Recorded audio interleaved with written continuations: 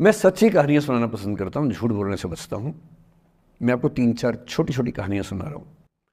ये सारी कहानियाँ सच्ची हैं, 1-1% सच्ची हैं, पर मैं किसी का नाम नहीं लूँगा। जिनकी कहानी है उनका नाम नहीं लूँगा, उनकी प्राइवेसी का मामला है। पर हाँ, सच्ची कहानियाँ हैं। अच्छी बात है कि इन कहानियों के किरदार हम लोग नहीं बने, ईश्वर करे हम कभी ना बने, लेकिन कहानियाँ सच्ची हैं। जब मैं दिल्ली आया था 1990 में, मैं हरियाणा के एक शहर से, भिवानी से दिल्ली आया था पढ़ने के लिए।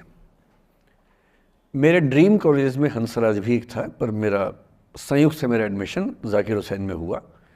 मेरे अंक ठीक थे, यहाँ हो सकता था, पर मैं तो नई दिल्ली स्टेशन पे उतरा, बाहर निकला, पता लगा वहीं एक कॉलेज है, वहीं एडमिशन ले लिया मैंने। तो लोगों ने कहा कि यार कैंपस बड़ा अच्छा होता है। मैंने कहा क्या फ़र्क पड़ता है, कॉलेज कॉलेज होता है, छंडो, यही छंडो में सिखाने आया हूँ आप लोगों को। ठीक है, स्टेशन से निकले वहीं कॉलेज है, मैंने घर जाना होगा तो आराम से कॉलेज से निकल जाएंगे, क्या रखा है कैंपस में। पर मेरा एक दोस्त जो मेरे साथ ही आया था उसी शहर से, उसने एडमिशन हंसराज कॉलेज में लिया। मैं और वो स्कूल के डिबेटर्स थे, डिबेटिंग में हम लोग स्कूल टाइम से काफ़ी एक्टिव थे। डीयू में आए तो यहाँ भी एक्टिव रहे। डीयू में मैंने करीब 5 साल डिबेटिंग की और मेरा ख्याल है कि लगभग 300-400 डिबेट्स मैंने जीती होंगी डीयू में, कुछ हरी भी होंगी, लेकिन मैंने खूब डिबेट, वो मेरा दरअसल दाना पानी था, रोजी रोटी मेरी वही थी कॉलेज के दिनों में। घर से पैसे मैं लेता नहीं था, मिलते भी नहीं थे, देना क्या था, ऐसी स्थिति भी नहीं थी उस समय मेरे घर में कि मिल सके। तो डिबेटिंग मेरा रोजगार था, एम्प्लॉयमेंट था मेरा, उससे काम चल जाता था आराम से। उसका भी चल जाता था, वो हंसराज से था, मैं जाकिर हुसैन से था। हम खूब डिबेट्स में मिलते थे। अक्सर ट्रॉफी या तो हम जीतते थे या वो जीतता था, कोई भी जीते रूम पे ही आती थी, क्योंकि हम रूममेट्स थे, एक साथ ही रहते थे। वो मुझसे योग्यताओं के मामले में 21 था, बल्कि अगर वो 21 था तो मैं 15 ही रहा हूँगा या 12 रहा हूँगा, 22 या 21 तो नहीं रहा हूँगा, मुझसे बेहतर था योग्यताओं में, बड़ा अच्छा व्यक्ति था। ग्रेजुएशन के बाद मैंने एमए हिंदी साहित्य में एडमिशन लिया, जबकि बीए ऑनर्स हिस्ट्री में किया था मैंने। उसने तय किया कि वो कुछ और करेगा, प्रोफेशनल कोर्स करेगा, नौकरी करेगा, तो वो चला गया दिल्ली से। मैं दिल्ली में रहा। फिर मैं एमए के बाद तैयारी करने लगा यूपीएससी की। तब तक मैं यूजीसी जेआरएफ कर चुका था। पहला अटेम्प्ट दिया, प्रीलिम्स हो गया। मेंस मेरा 96 के मेंस की बात कर रहा हूँ, मेंस शुरू होने वाला था, 2 दिन रह गए थे। करीब 10 दिन पहले वो मेरे पास आया हुआ था दिल्ली में, मिलजुल के अच्छे से बात करके गया था। उन दिनों उसका एक प्रेम संबंध कहीं हमारी ही एक मित्र के साथ चल रहा था। हम सब दोस्त थे, तो उनमें से 2 लोगों का आपस में का अफेयर था। मुझे नहीं पता क्या हुआ, लेकिन मेरे मेन एग्ज़ाम से 2 दिन पहले रात को 12 बजे एक फ़ोन आया और ये बताया गया कि मेरे दोस्त ने फंदा लगा के अपनी जीवन लीला समाप्त कर ली है। वो दिल्ली से दूर था कहीं,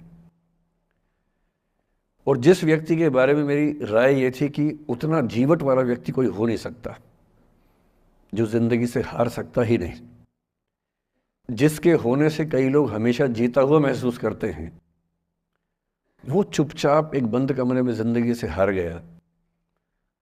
मैं आज तक नहीं समझ पाया कि ऐसा कैसे हुआ। बाद में टटोला, उसके पेरेंट्स से बात हुई, भाई से बात हुई, उन्होंने उसकी याद में एक सोशल वर्क शुरू किया ताकि किसी और बच्चे को ऐसा ना करना पड़े। तो जो हल्का हल्का अनुमान हुआ वो है कि शायद कुछ ऐसा था रिलेशनशिप में जो नहीं संभल पाया था, और रिश्ता टूट ना जाए इसका दबाव बहुत ज़्यादा था, और वो दबाव झेल नहीं पाया। इस उम्र में ऐसा फेज़ आता है, कई बार आता है। ये एक कहानी है, हंसराज कॉलेज से ही जुड़ी है, इसलिए मैंने सोचा कि वहीं से बात शुरू करूँ। नाम जैसा कि मैंने कहा मैं नहीं बताऊंगा, तो नाम बताने का मतलब भी नहीं। और वो जिसकी मैं कहानी सुना रहा हूँ, आप लोगों के जन्म से पहले की बात है। आप तो सब 21वीं सदी वाले बच्चे होंगे ना, जेन ज़ी होंगे आप सब लोग, तो ये तो बहुत पुरानी बात है। एक दूसरी कहानी सुनाता हूँ। मैं आपको 2-3 कहानियाँ सुनाऊंगा, फिर उन सबका सार निकाल लेंगे एक साथ हम लोग। दूसरी कहानी ये है कि जब मेरा सिलेक्शन हो गया 97 में, 96 अटेम्प्ट में पहली बार में मेरा सिलेक्शन हो गया था, मैं एक्सटेंशन लेके तैयारी कर रहा था और डीयू में मैं पढ़ा भी रहा था उस समय। तब मैं शायद डीएवी कॉलेज में था या अग्रसेन को, मैं 2 जगह पढ़ा है डीयू में, तो उनमें से किसी कॉलेज में पढ़ा रहा था उस समय में। तो उस समय एक लाइब्रेरी है कैंपस में ही, सेंट्रल रेफरेंस लाइब्रेरी, आप जानते होंगे, CRL बोलते हैं, जो विवेकानंद जी की स्टैचू है उसके सामने ही वो लाइब्रेरी है। उस लाइब्रेरी में नीचे सब बैठ के पढ़ते हैं और टॉप फ्लोर पे रिसर्च फ्लोर है जहाँ MPhil PhD वाले बच्चे पढ़ते हैं। मैं उस समय शायद PhD कर रहा था या MPhil खत्म हुई थी, वहीं बैठता था, पढ़ता था रोज़। कई दोस्त पढ़ते थे हम लोग वहाँ। हम सुबह 8 बजे लाइब्रेरी खुलते ही वहाँ घुसते थे, रात को 1 बजे निकलते थे लाइब्रेरी बंद होने के समय। तो वहाँ एक छत थी, छत पे छोटी सी कैंटीन थी जहाँ हम लोग जब जब बोर होते थे दिन में 3-4 बार जाके चाय पीते थे। चाय पी ली, बिस्किट खा लिया, थोड़ी गप्पे मार ली, वो सब वहाँ करते थे। तो वहाँ मेरे बहुत सारे दोस्त थे, उनमें से कई लोग अब बहुत सीनियर सिविल सर्वेंट्स हैं, कुछ लोग प्रोफेसर्स हैं डीयू में। 2 बच्चे थे मुझसे जूनियर, 3-4 साल जूनियर थे, बड़े प्यारे बच्चे थे। मुझे उस समय तक पढ़ाई लिखाई का शौक अच्छा खासा हो गया था, तो वो रोज़ मेरे साथ बैठते थे केवल बात करने के लिए, किसी मुद्दे पर बहस करनी है तो बहस होती थी, समझते थे। फिर मुझे पता लगा कि वो दोनों रिलेशनशिप में हैं, रिश्ते में हैं, दोनों ने शादी भी कर ली। उनकी योजना डीयू में पढ़ाने की थी या सिविल सर्विस की भी थी शायद, पता नहीं। मेरा इंटरेक्शन बहुत ज़्यादा उसके बाद रहा नहीं उनसे, क्योंकि मैं सर्विस में चला गया था। इतने जिज्ञासु बच्चे थे दोनों, इतने जिज्ञासु कि उनसे मिलकर तबीयत खुश हो जाती थी, कि हर चीज़ जानने का मन करता था उनका, हर विषय पढ़ने का मन करता था। एकदम जीवन से भरे हुए बच्चे, आंखों में चमक ऐसे। फिर दोनों की शादी हुई तो मैं शादी में जा नहीं पाया, क्योंकि मेरा रिश्ता सिर्फ लाइब्रेरी में 1 घंटा गप मारने वाला था, उससे ज़्यादा था नहीं रिश्ता उनके साथ। फिर सुनता रहता था कि मैं सब बढ़िया चल रहे, पढ़ाई कर रहे हैं, तैयारी कर रहे हैं। इंटरकास्ट मैरिज की उन लोगों ने, खूब हंगामा हुआ, दोनों घर में तलवारें खिंच गई, किसी तरह से तलवारें संभाली गई, मैनेज हुआ, दोनों साथ रहने लगे। और फिर 3-4 साल के बाद एक दिन मैंने खबर सुनी कि उस बच्ची ने फंदा लगा के जीवन लीला समाप्त कर ली। ये बात भी दिल्ली विश्वविद्यालय की, ये उस दौर के सब लोग इस कहानी को जानते हैं। मेरे ख्याल से ये दोनों कहानियाँ आपकी प्रिंसिपल मैडम जानती होंगी, नहीं ध्यान कर पाएंगे तो मैं उनको जैसे नाम बोलूँगा अकेले में वो तुरंत समझ जाएंगे मैं किसकी बात कर रहा हूँ। मैं आज तक नहीं समझ पाया कि ऐसा क्या हुआ होगा।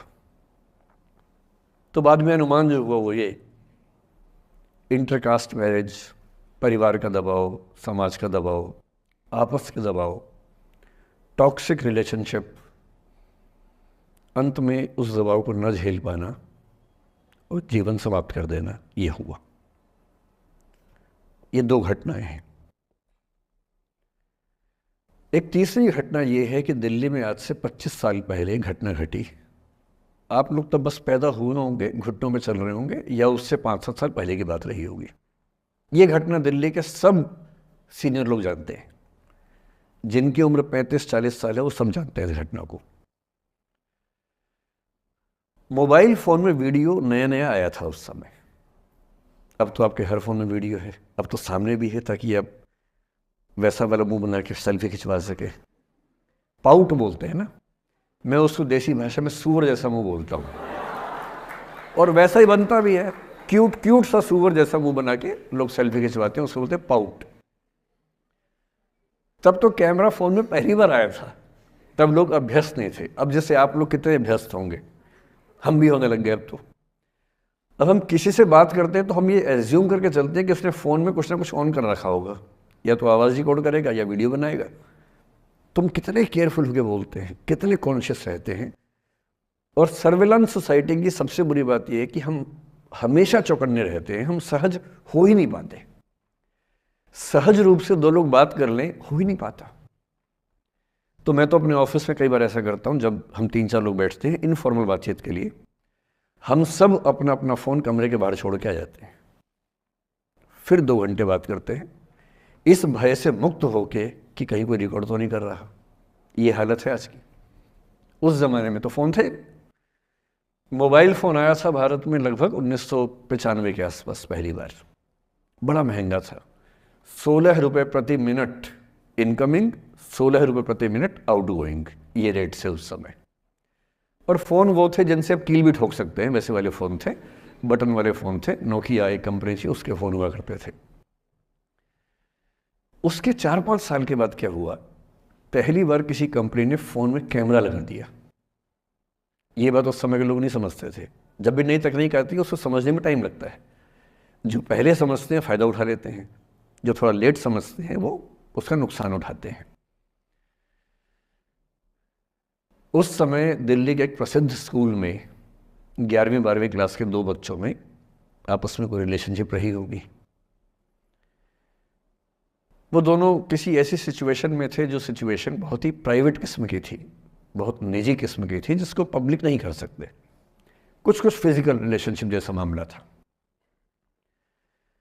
उस दुष्ट लड़के ने लड़कों के इतिहास को कलंकित, लड़कों का इतिहास वैसे भी कलंकित ज़्यादा है, उसे और कलंकित करते हुए उस पूरे सिचुएशन का वीडियो बना लिया।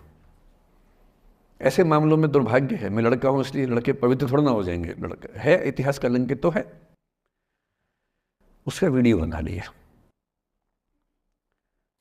और दुष्टता का चरम स्तर निभाते हुए वो वीडियो अपने एक दोस्त को शेयर कर दिया। ये कहे कि किसी और को दिखाना मत, जैसा कि होता है अफवाहों की दुनिया में।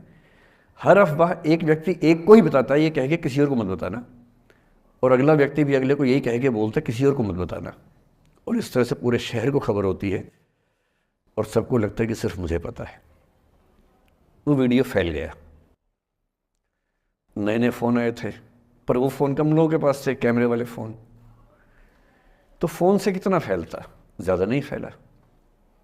लेकिन उस समय दिल्ली की एक कुख्यात मार्केट हुआ करती थी, पालिका बाज़ार, अभी भी है, पर तब वो कुछ और कामों के लिए कुख्यात हुआ करती थी। अब तो कपड़े मिलते हैं, तब कपड़ों के साथ कई चीज़ें और मिलती थी वहाँ। जैसे गंदी फिल्मों की सीडी चाहिए हो तो वहाँ मिलती थी, ग्रे मार्केट में, चोरी छिपे। इस वीडियो को सीडी में कन्वर्ट करके लोगों ने वहाँ से खरीदा, लाखों करोड़ों की संख्या में। नए नए टेलीविज़न चैनल प्राइवेट आए थे, और प्राइवेट टीवी चैनल को खबरों की भूख इतनी होती है कि वो खबर के लिए जान दे सकता है और जान ले भी सकता है किसी की। 24 घंटे इस खबर पे, इस चीज़ पर खबरें चल रही थी सारे चैनल्स में कि ये वो लड़का है जिसने ऐसा किया, ये वो लड़की है, ये वो स्कूल है, इस स्कूल की प्रिंसिपल से बात करेंगे, इससे बात करेंगे। वो जो बच्ची थी जिसकी इसमें कोई गलती नहीं थी, सिवाय इसके कि वो किसी एक लड़के से प्रेम करती थी, जो कि उस उम्र में बच्चे कर बैठते हैं। इसके लिए बहुत चिल्लपौनी मचानी चाहिए। बच्चों को आप हर बात पे अपराधी नहीं मान सकते। उस बच्चे की गलती सिर्फ इतनी थी कि उसने अपने दोस्त पे भरोसा किया, जो भरोसे के लायक था नहीं। वो नीच किस्म का व्यक्ति था जिसने उस संबंध की गरिमा को समझा नहीं। उस बच्ची के घर के बाहर 24 घंटे न्यूज़ चैनल से कैमरे खड़े रहे। घर से कोई भी निकले 50 कैमरे पीछे, आप बताइए आपकी बेटी कैसी है, आप बताइए आपकी बहन कैसी है। अंत में उस पिता ने अपनी बच्ची को इस देश से बाहर भेज दिया। उसके कुछ दिन बाद की जो खबर टीवी चैनल से नहीं दिखाई, उसके पिता ने आत्महत्या कर ली। ये तीसरा इंसिडेंस है। ये सारी खबरें सच्ची बता रहा हूं मैं, इनमें से एक भी झूठ नहीं है। झूठी कहानियों से मोटिवेशन दिया जा सकता है, मैं जानता हूं, पर जब सच्ची कहानियां हैं तो मैं झूठ क्यों बोलूं? सारी सच्ची कहानियां बता रहा हूं मैं आपको। एक चौथी कहानी जो आप में से कई लोगों की होगी। मेरा एक स्टूडेंट है, सिविल सर्वेंट है, सीनियर लेवल पे है, करीब 40 साल का है। उसने आज तक शादी नहीं की। क्या उसकी शादी करने की इच्छा नहीं थी? पूरी इच्छा थी। फिर क्यों शादी नहीं की? भाई कुछ लोग तो होते हैं कि शादी करनी ही नहीं, कोई मिशन है, योगी जी हैं, मोदी जी है, ठीक है, उनका तो मिशन है, ममता जी है, उनका मिशन है। पर जिसका जीवन में ऐसा कोई मिशन नहीं है और जिसको प्रेम करने का मन भी करता हो, वो तो शादी करता है आमतौर पे। उसने शादी क्यों नहीं की जानते हैं? जब वो 25-26 की उम्र में था, जब वो मेरा विद्यार्थी भी था, एक दिन मेरे पास आके बोला कि सर एक बात करना चाहता हूँ। मुझसे मेरे स्टूडेंट्स ऐसी बातें खूब करते हैं पर्सनली आके, अब तो मैं टाइम कम दे पाता हूँ, पहले तो ये सब होता रहता था क्लास के अलावा। एकदम रोता हुआ आया, आंखों में आंसू भरे हुए बहुत सारे। मैंने क्या हो गया भाई? तो फिर उसने किसी का नाम बताया कि सर वो भी मेरी स्टूडेंट थी, कि सर उसके साथ रिलेशनशिप थी, उसने धोखा दिया है मुझे। अच्छा, धोखा देने वाली कहानियाँ मुझे बहुत अपील नहीं करती। मेरा मानना है कि दोनों पक्षों की गलतियाँ होती हैं। आप केवल अपने पर्सपेक्टिव से सोच सोच के धोखा करते रहते हैं, ऐसा थोड़ा ना होता है भाई। कुछ तो मजबूरियाँ रही होंगी, कोई यूं ही बेवफा नहीं होता, कुछ तो वजह होगी ना। आप थोड़ा उसकी वजह, उसका भी तो, उसकी कहानी भी तो सुनिए। और मैं जब जब दोनों कहानियाँ सुनता हूँ मुझे लगता है कि मामला ग्रे है। आप किसी एक पे उंगली उठा ही नहीं सकते कि इसने ऐसा किया। दोनों की गलतियाँ होती हैं, ऐसा थोड़ा कि एक की होती है। बहरहाल इन भाई साहब को ऐसा लगा कि धोखा हो गया उनके साथ। तो मैंने कहा चलो कोई बात नहीं यार, हो गया तो हो गया, तू नहीं कोई और सही, ऐसा क्या है। इतनी बड़ी दुनिया है, 8 अरब की आबादी अब है, उस समय भी 6-7 अरब तो थी। मैंने कहा 3.5 अरब 350 करोड़ में कोई तो होगी तुम्हारे लिए, ऐसा क्या है, कोई और देखेंगे। पर वो थोड़ा ज़्यादा सेंटिमेंटल था उस समय। धीरे धीरे पता नहीं उसके मन में क्या बैठ गया, उसके मन में ये बैठा कि दुनिया की सारी लड़कियां धोखेबाज होती हैं। ऐसे मूर्खों की कमी नहीं है दुनिया में, ऐसे बहुत मूर्ख हैं। दर्शन की दुनिया में इसे अवैध सामान्यीकरण कहते हैं, इलिसिट जनरलाइजेशन। इसका मतलब बहुत छोटे सैंपल के बेस पे ये समझ लेना कि ये थियरी पूरे ब्रह्मांड पर लागू होती है। एक लड़की ने धोखा दिया, मान लीजिए धोखा दिया, धोखा इसने दिया कि उसने दिया कि किसी ने दिया, जो भी कहानी हो, एक सैंपल से ये मान लेना कि सब ऐसे होते हैं। और उसके बाद से उसने कम से कम 10 बार कोशिश की, 10 लोगों से मिला, बातचीत की शादी के लिए। डेटिंग तो क्या करेगा 40 की उम्र में, लेकिन हाँ बातचीत करके देखा कि शायद रुचियाँ मिल जाएं, स्वभाव मिल जाए तो शादी के बारे में सोचें। हर बार 3-4-5 मीटिंग के बाद वापस हट जाता है। अब तो मैंने पूछना बंद कर दिया है। जब तक मैं पूछता था, बोलता था कि सर 3-4 मीटिंग के बाद लगता है कि ये भी वैसी ही है। मैंने कहा भूल जाओ भाई, उससे भूल जाओ, बात खत्म हो गई। उसके बच्चे घूम रहे हैं आजकल स्कूल में, अब तुम कम से कम शादी तो कर लो। वो भाई साहब आज तक अकेले हैं, और अब तो बाज़ार में मूल्य भी कम हो गया उनका, अब विकल्प भी ज़्यादा नहीं मिलते हैं। अब जो विकल्प मिल रहे हैं वहाँ उसकी रुचि और कम हो गई है। तो पूरी संभावना है कि वो जीवन अकेले ही गुजरेगा अब उसका। एक अंतिम एग्जाम्पल देके फिर मैं निष्कर्ष की तरफ बढ़ूँगा। मैं एक आईएएस ऑफिसर को जानता हूँ, 2 आईपीएस को जानता हूँ, बहुत योग्य लोग, देश के सबसे अच्छे संस्थाओं से पढ़े हुए लोग, प्रॉपर आईएएस प्रॉपर आईपीएस में नौकरी करने वाले लोग, और इन तीनों ने अपना जीवन समाप्त कर लिया नौकरी में रहते हुए। क्यों? क्योंकि नौकरी और घरेलू जो दुविधाएं थी उनको झेल नहीं पा रहे थे, ना झेल पा रहे थे, ना भूल पा रहे थे। लेट गो नहीं कर पाए तो गिव अप कर दिया। और इसलिए मुझे अक्सर लगता है कि जितनी चीज़ें हम सिखाते हैं बच्चों को, हिस्ट्री, इकोनॉमिक्स, लिटरेचर, वो सब ठीक है, उनका भी महत्व है। शायद उससे ज़्यादा महत्व इस चीज़ का है कि ये समझें कि अपने इमोशंस को कैसे मैनेज करना है। जब जीवन में ऐसा लगे कि सब खत्म हो गया है, जब जीवन में लगे कि बहुत टॉक्सिक किस्म की लाइफ हो गई है, उससे बाहर कैसे निकलें, शायद ये सबसे महत्वपूर्ण लेसन होता है जो हम सबको सीखना चाहिए। मैंने कहीं से सीखा नहीं है, ना मैंने ऐसी किताबें पढ़ी हैं। हालांकि मैंने 2 किताबें मंगवाई हैं पिछले हफ्ते, पढ़ी नहीं है अभी तक, तो मैं किताबों के बेस पे नहीं जानता कैसे सीखते हैं, लेकिन ज़िंदगी से तुम सीख सकते हैं। इन कहानियों का सबका एक ही सार है, वजह अलग अलग है। एक व्यक्ति ने इसलिए अपना जीवन समाप्त किया कि वो रिश्ता उसके हाथ से छूट रहा था। एक ने इसलिए जीवन समाप्त किया कि ये रिश्ता बन गया था पर समाज के दबाव, घर के दबाव मैनेज नहीं कर पाए। एक ने ज़िंदगी भर शादी नहीं की सिर्फ इसलिए कि वो पुरानी यादों को भूल नहीं पाया। अरे एक बार गलती हो गई तो हो गई, आगे तो संभावना जीवन में है भाई, क्यों इतना हावी रखने उसी दिमाग के ऊपर। कुछ लोग देश की सबसे अच्छी नौकरी में होकर हर पैमाने पर सफलता की हर कसौटी पे खरा उतरने के बाद जीवन नहीं बचा पाए, क्योंकि दूसरों की नज़र में आप बहुत सफल हो जाए, अपनी नज़र में शून्य हो, तो फिर जीवन कैसे बने, जीवन कैसे बचे। इन सारी कहानियों का मूल भाव एक ही है, अगर आप खुद को हैंडल नहीं कर सकते तो दुनिया को क्या हैंडल करेंगे। दुनिया को हैंडल करने से पहले खुद को हैंडल करना सीखना पड़ता है, और उसका सबसे आसान जो रामबाण उपाय है उसको बोलते हैं द आर्ट ऑफ लेटिंग गो, जाने दो। वो अफसाना जिसे अंजाम तक लाना ना हो मुमकिन, उसे एक खूबसूरत मोड़ देकर छोड़ना अच्छा। साहिर ने लिखा।